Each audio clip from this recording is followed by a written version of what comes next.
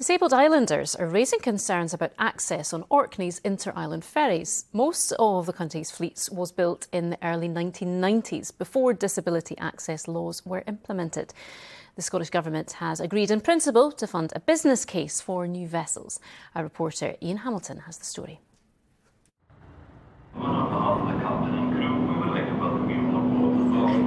Orkney's inter-island ferries are a vital lifeline for these communities.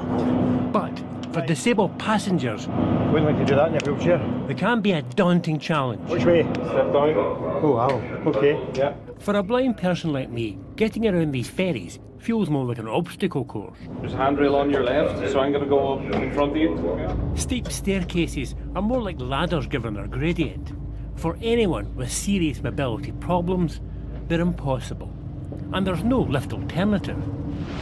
A 90-minute ferry trip from Kirkwall is the island of Westray. There we go.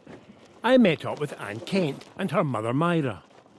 Anne has multiple sclerosis. I can't walk and I can't head on to anything. So it kind of restricts a lot. Because of a cramped car deck, Anne cannot get out of her vehicle in her wheelchair. Summertime is not so bad.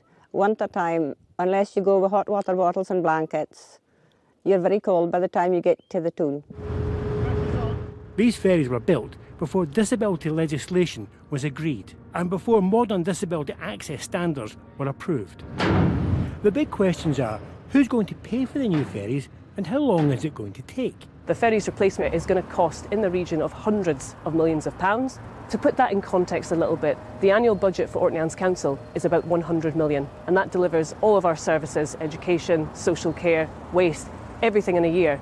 So if you think about that context for Scotland's smallest local authority, this is a huge bill.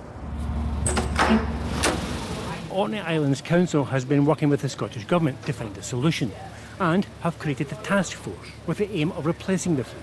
Transport Scotland have agreed in principle to fund a business case for new ferries. If the Scottish Government agree to pay for a new fleet, it could still take years to build it. Ian Hamilton, reporting Scotland, Orkney.